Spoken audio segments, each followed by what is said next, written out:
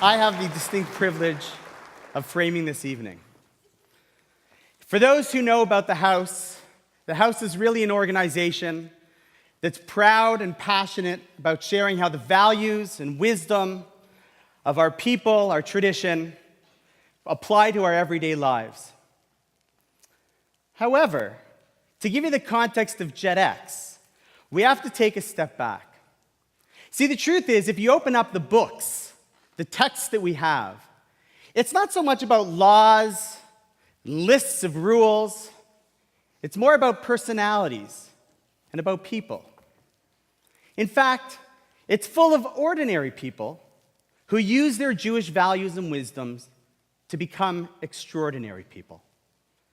So JEDx was really born on the concept of taking a bold move, of perhaps dropping the source sheets and picking up a mic, getting rid of the textbooks and instead inviting text people to come and share their stories and what made them extraordinary for all of us to learn from. And in fact, that is how JEDx was born.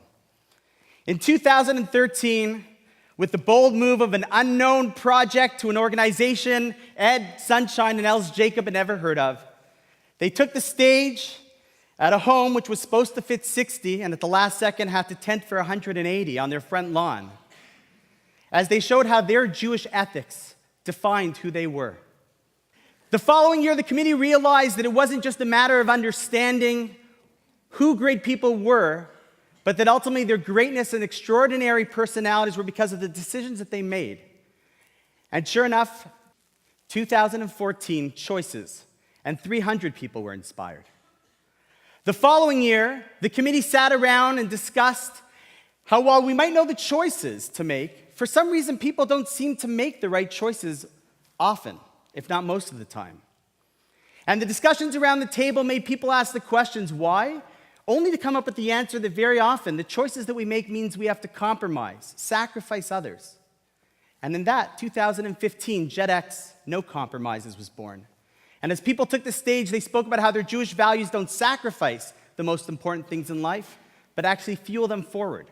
And over 500 people were inspired by that evening. And last year, as they sat around talking about the importance of your values and that it's not about compromising, we all realized that time really flies. And you blink, and before you know it, you've made some of the most important decisions in your life. Who's going to be your partner? Whether you're going to be involved? How important is the Jewish community to you? And then we realize that while we sit there and think maybe we'll get around to it, ultimately, the decision is it's got to often be now or it never really happens. And last year, over 750 people were inspired with the importance of making those decisions and making them quickly, because you can't get back the time that you lost. Which brings us to this evening, an amazing evening. And I want to thank each and every one of you for coming out for this year's theme, The Power of One. The Power of One is a remarkable theme. It encapsulates everybody and everything. The power of one smile to give comfort, the power of one idea to set a trajectory in life, the power of one gift to bring people together, the power of one relationship to create something new, the power of one evening, the power of one stage to inspire 1,000 people. So thank you for coming this evening.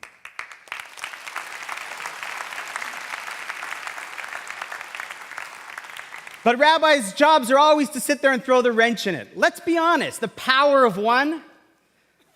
Who, me? Who, you?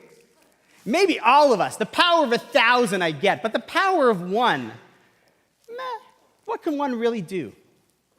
So perhaps maybe if we take the power of one and use terminology that had I not dropped out of business school, I would have been speaking about. The power of $1. What really is the power of one? Imagine if I came to you with the following offer. Behind door number 1 is $1, and behind door number 2 is $100,000 American. Which would you choose? It's a no-brainer. What if I said, you know what, hold on, I'll make you a deal. You can either choose the $100,000, or I'll give you this penny and we'll double it each day for the next 1 month. Your first instinct would be to take the big money and run. But with the little calculation that I know, thanks to a calculator, that $1 after 5 days of doubling turns into a small little $15, $16. Double that 10 days later, you can pull out your calculator if you don't believe me, but trust me on this one. 10 days later, you're holding on to 512, still not that impressive. Double that to 20. You're already getting close to 1 million, 500,000, 524,000. Double it for the next 5 days, and you have $16,777,000 in change. And after just 1 month of taking $1, you have over $536 billion. If you're a good businessman or woman, you'll take the $1 and double every single day.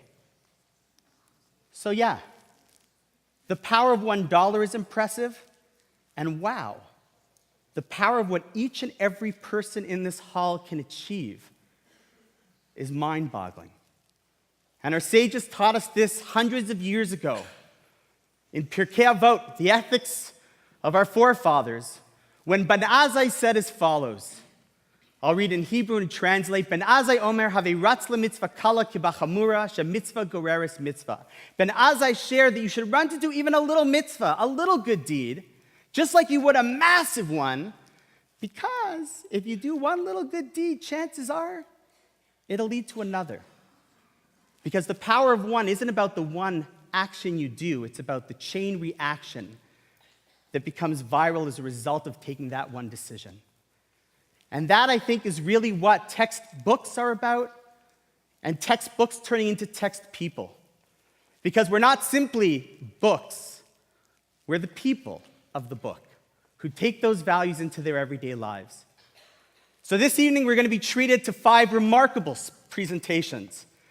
But when talking about the people of our book, it's hard not to first welcome someone who is passionate about her books, who takes her business acumen and enthusiasm for education and wisdom and inspiring through ideas and minds, and has turned that into an empire that takes those ideas and spreads them throughout the world.